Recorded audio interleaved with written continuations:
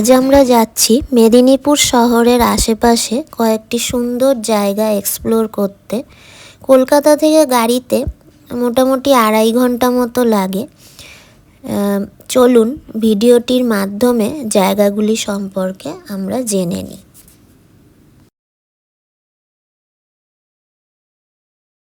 Video শুরুতেই আপনাদের কাছে অনুরোধ থাকলো সম্পূর্ণ ভিডিওটি অবশ্যই দেখবেন এবং কেমন লাগলো সেটা কমেন্ট বক্সে জানাতে কিন্তু ভুলবেন না।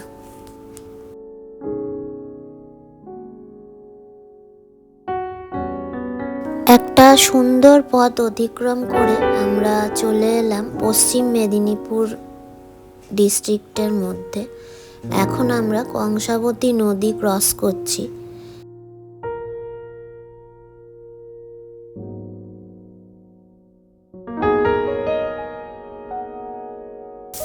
এখান থেকে আমরা এগিয়ে যাব আমাদের প্রথম স্পট, যেটি হলো গুড়গুড়িপাল ফরেস্ট। এই ফরেস্টটি মেদিনীপুর শহর থেকে 12 কিলোমিটার দূরত্বে রয়েছে। ঘন শালের বন এই গুড়গুড়িপাল। এই জঙ্গলের ভেতরে প্রচুর হাতির আনাগোনা দেখা যায়। এছাড়া শেয়াল, বাদর, সাপ ইত্যাদি বন্য প্রাণী ও পাখির বাসস্থল এই জঙ্গল। জঙ্গলের মাঝখান দিয়ে চলে গেছে এক অপূর্ব সুন্দর পথ এবং এই পথে আপনারা ঘুরে বেড়াতে পারেন। জঙ্গলের মধ্যে ঢুকেও কিছুটা দূর অবধি প্রবেশ করতে পারেন এবং একটা সুন্দর সময় কাটাতে পারেন।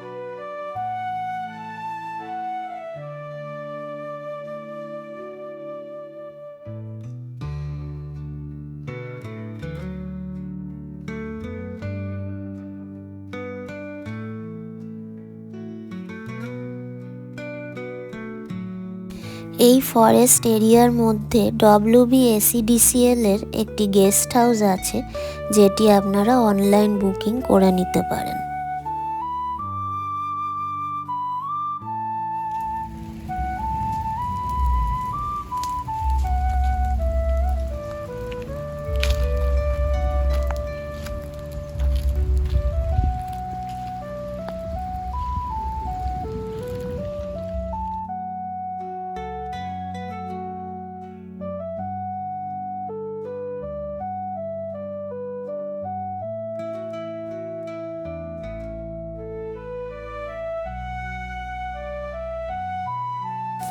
জঙ্গলের রাস্তা ধরে কিছুটা এগিয়ে গিয়ে আমরা পেলাম একটা ছোট্ট সুন্দর গ্রাম এবং গাড়ি থামিয়ে কিছুক্ষণ সেই গ্রামে মানুষদের সাথে কথা বললাম এবং একটা সুন্দর সময় কাটালাম।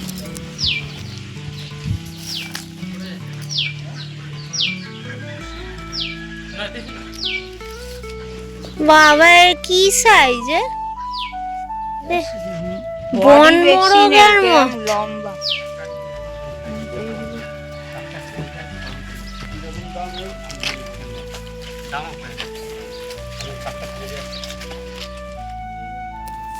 এই গ্রামগুলোতে ঢুকে তাদের জীবনযাত্রা দেখলে মনে হয় যে আমরা কতটা ভাগ্যবান, ভগবান আমাদের কত সুযোগ সুবিধা দিয়েছেন আর এনারা কতটা কঠিন পরিস্থিতির মধ্যে জীবনযাপন করেন।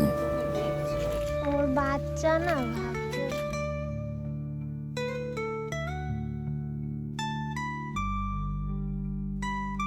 এই সম্পূর্ণ অঞ্চলটি যেহেতু একটি ফরেস্ট এরিয়া এবং পার্শ্ববর্তী জেলা বাঁকুড়াতেও এই জঙ্গল রয়েছে, সেহেতু এখানকার এই আশেপাশের গ্রামগুলিতে অহরহই হাতির আনাগোনা চলতেই থাকে।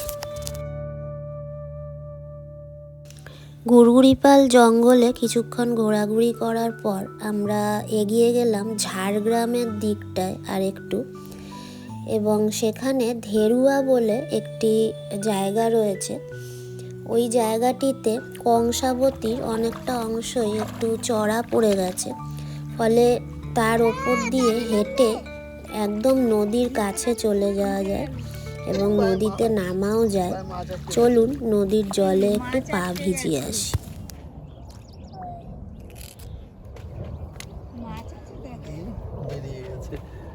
মাছ আটকে গেছিল পায়ে।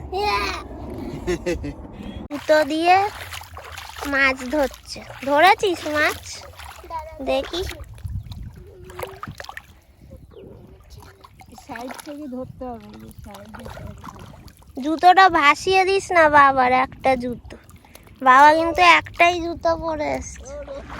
ওই দেখ কোথায় গেছে।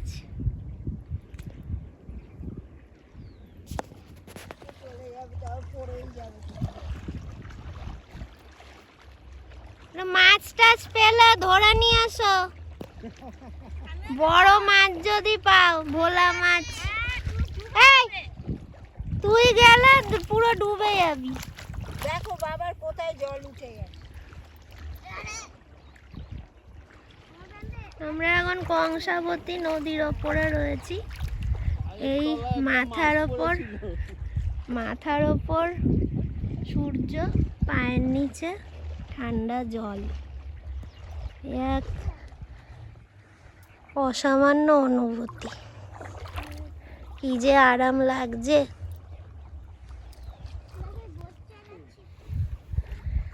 নদী পার হচ্ছ। এই যে বিদ্যাসাগর হেঁটে হেঁটে নদী পার হচ্ছে।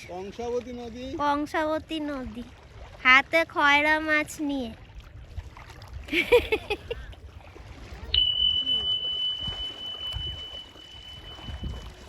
তাড়াতাড়ি আসো।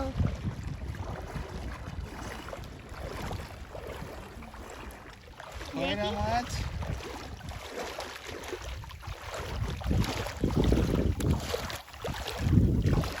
এই দেখো খয়রা মাছ। এটা তো চারা পোনা। কি বল? ডোডো চারা পোনা।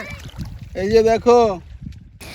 ভেরুয়া থেকে আমরা চলে আসি গোপগড় ইকো ট্যুরিজম পার্ক, যেটি মেদিনীপুর শহর থেকে মাত্র 2.5 কিলোমিটার দূরত্বে অবস্থিত। কিন্তু দুর্ভাগ্যবশত আমরা হোলির দিন গিয়েছিলাম দেখে পার্কটি বন্ধ ছিল। কিন্তু আপনারা অন্যান্য উইকডেতে এটি খোলা থাকে এবং এই ইকো ট্যুরিজম পার্কের ভেতরে সরকারি গেস্ট হাউসও আছে, যেখানে আপনারা অনলাইন বুকিং করে থাকতেও পারেন।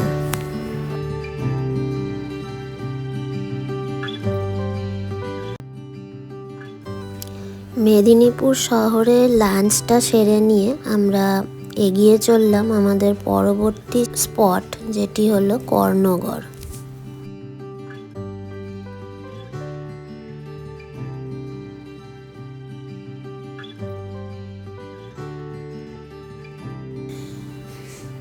মেদিনীপুর শহর থেকে প্রায় 12 থেকে 10 কিলোমিটার উত্তরে রয়েছে এই কর্ণগড়।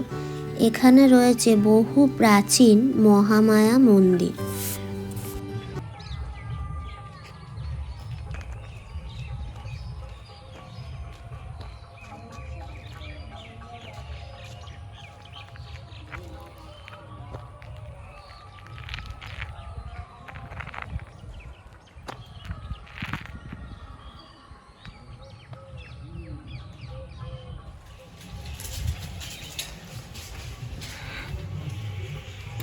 এই মন্দিরটি নির্মাণ করেন উড়িষ্যার রাজা কর্ণকেশরী। মন্দিরটি প্রায় 17 থেকে 18 সেঞ্চুরির মধ্যে গঠিত হয়েছিল। জানা যায় যে চুয়ার বিদ্রোহের সময় এই মন্দির বিশেষ ভূমিকা পালন করেছিল।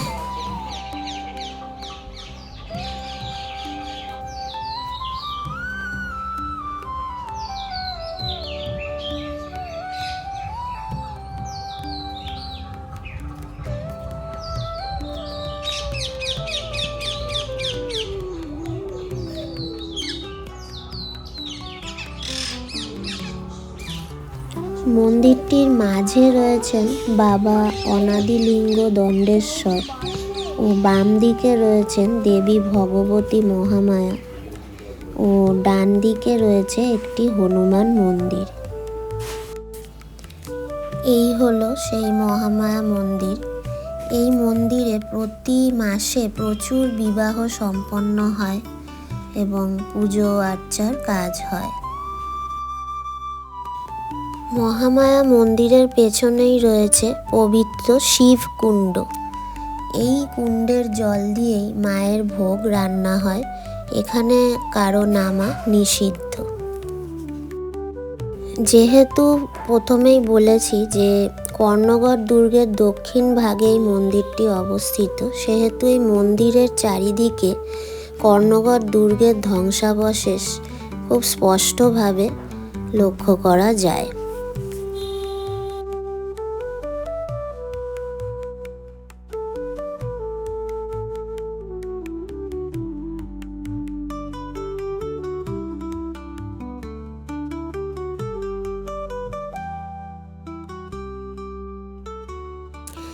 দেখুন, এটি এই কর্ণগড় দুর্গেরই একটি ধ্বংসপ্রাপ্ত অংশ। অপূর্ব সুন্দর একটি দর্শনীয় স্থান। আপনারা নিশ্চয়ই কোনো এক সময় এই জায়গাটি অবশ্যই ভ্রমণ করবেন। এর পেছনে রয়েছে বহু ইতিহাস, যেগুলো জানতে খুবই ইন্টারেস্টিং লাগবে।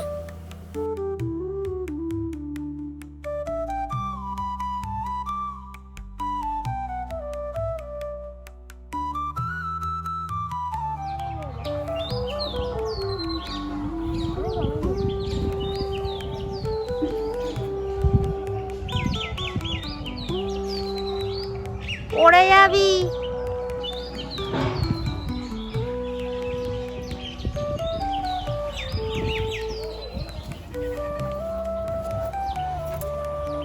না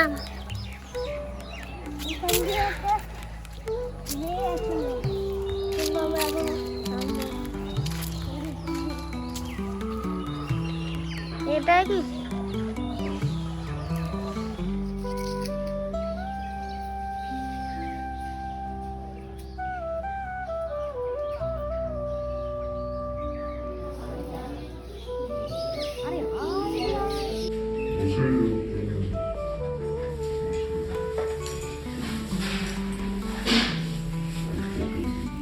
মায়ের দর্শন করে আমরা ফিরে এলাম মেদিনীপুর শহরে। যেহেতু আমরা ঠিক করেছিলাম যে রাতে মেদিনীপুরে কোথাও একটা থেকে পরের দিন আমরা আরও একটি নতুন জায়গায় যাব, সেহেতু আমরা দুদিনে ট্যুরটা প্ল্যান করেছিলাম। আপনারা ইচ্ছা করলে আরও ভোর ভোর বেরিয়ে সবকটা স্পটই একদিনে ঘুরে আসতে পারেন, তবে তাতে একটু সময় বেশি লাগবে এবং জার্নিটাও বেশি হবে।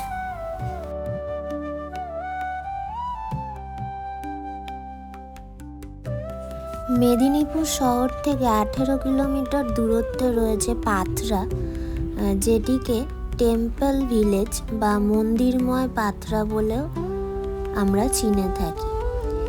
এখানে 17 থেকে 19 শতকে প্রায় 34টি টেরাকোটার মন্দির রয়েছে কংসাবতীর ধারে।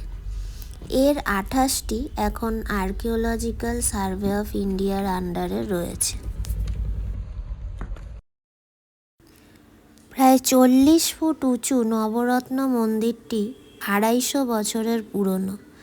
এছাড়া রয়েছে আটচালার মন্দির, পঞ্চরত্ন মন্দির, কালাচাঁদ মন্দির, দুর্গা দালান, রাসমঞ্চ, সূর্য মন্দির, শীতলা মন্দির, এরকম অসম্ভব সুন্দর সুন্দর কিছু নিদর্শন এখানে পাওয়া যায়। মন্দিরগুলি প্রধানত জৈন ও বুদ্ধিস্ট স্কাল্পচারকেই রিফ্লেক্ট করে। অধিকাংশ মন্দির ঘোষাল পরিবারের সম্পত্তি। বৈদ্যনাথ ঘোষাল, যিনি নবাব আলীবর্দী খাঁয়ের সময়ে এই অঞ্চলে একজন ট্যাক্স কালেক্টর ছিলেন, তিনি তৈরি করেছিলেন এই মন্দিরগুলি, যা নবাবের অপছন্দ হয়েছিল। ফলস্বরূপ নবাব তাকে হাতিদের সামনে ফেলে মারার চেষ্টা করেন, কিন্তু অদ্ভুতভাবে হাতিরা তাকে মারতে অস্বীকার করে। এই অলৌকিক ঘটনায় নবাব অবাক হয়ে তাকে আরও মন্দির গড়ার অনুমতি দেন, যার কারণেই জায়গাটির নাম হয় পাথরা। পা কথার অর্থ হাতির পা এবং আথরা মানে পালানো। পরে বন্দ্যোপাধ্যায় ফ্যামিলি এই মন্দির নির্মাণের কাজে যোগ দেন। এই অপূর্ব সুন্দর হিন্দু মন্দিরগুলি সংরক্ষণের প্রধান কাণ্ডারি যিনি ছিলেন, তিনি হলেন এই অঞ্চলেরই এক স্থানীয় মুসলিম ব্যক্তি, যার নাম ইয়াসিন পাঠান। এই অসম্ভব কাজটি সম্ভব করার সময় তিনি হিন্দু এবং মুসলিম দুই কমিউনিটির লোকের দ্বারাই অনেকভাবে বাধাপ্রাপ্ত হয়েছিলেন, কিন্তু তবুও তিনি এই কাজটি সম্পন্ন করতে সমর্থ হন।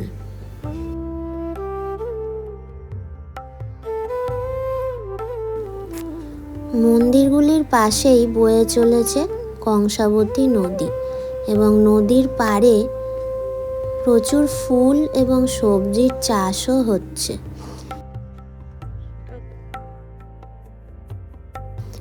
এত সুন্দর পরিবেশ, সাথে গ্রামের লোকেরা চাষের কাজ করছেন, তাদের সাথে কিছুক্ষণ গল্পও করলাম। চারিদিকের অসাধারণ পরিবেশ মনকে ছুঁয়ে গেল।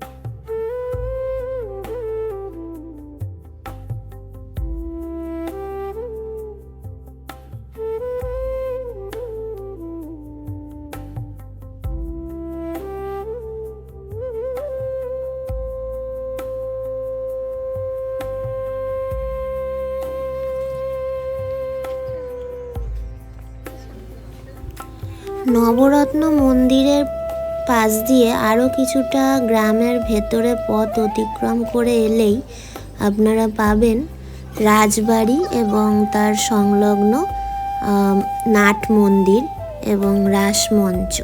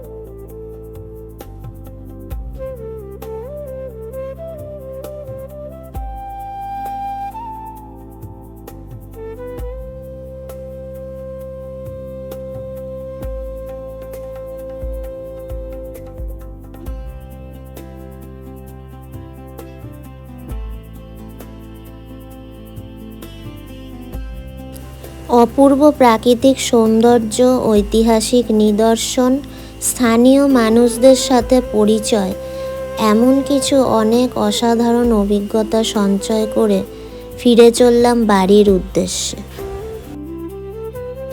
ভিডিওটি আপনাদের কেমন লাগলো অবশ্যই জানাবেন এবং জায়গাগুলি অবশ্যই ঘুরে আসবেন। তার সাথে বলে রাখি, আমার চ্যানেলটি সাবস্ক্রাইব করতে কিন্তু ভুলবেন না, যাতে পরবর্তী ভিডিওগুলোর নোটিফিকেশান আপনারা পেয়ে যেতে পারেন। ততদিন সুস্থ থাকবেন, ভালো থাকবেন, মনের আনন্দে ঘুরে বেড়াবেন।